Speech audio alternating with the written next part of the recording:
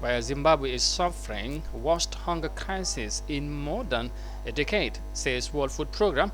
Nearly 2.2 million people in about 15 towns and cities do not have food security due to high cost of living. There is large-scale livestock losses afflicting 2.2 million people in cities and 5.5 million people in rural villages. Let's have more details of that in this report. Rainfall in recent days, it's rejuvenated the vegetation, providing much-needed grazing for emaciated cattle. But it came too late for some that had already succumbed. Livson Machivenyika has kept the heads of the cattle he's lost. In total, 8 have died since November. At the beginning I felt so much pain, but eventually I became numb and stopped crying over the losses. There was no one for me to cry to. That's because everyone else in his village is in the same boat.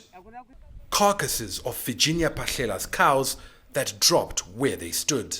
They were the reason why we stayed in the village. They enabled us to work the land and feed our families.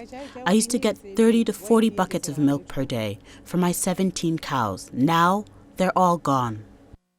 Desperate villagers here tried literally everything to save their animals, including plucking down some of the grass from their thatched roofs, wetting it, salting it, and feeding it to their cattle to try and build back their strength. But it was all in vain.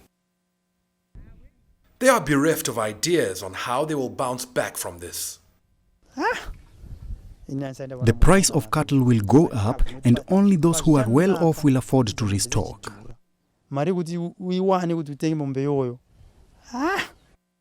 this community is still in peril.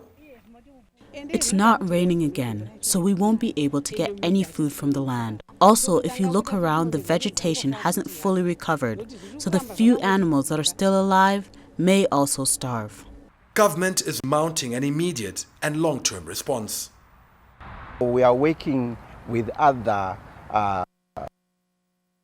arms as well as some development partners to try and address the water situation by way of either digging new boreholes or rehabilitating the already existing boreholes. We've also got what we call the cattle breeding centers. These centers are to do with the planting of grasses and under irrigation, and then we finish off the animals under those pieces of land. Hopefully the impact will be felt in hard-hit areas that have been left counting the devastating costs.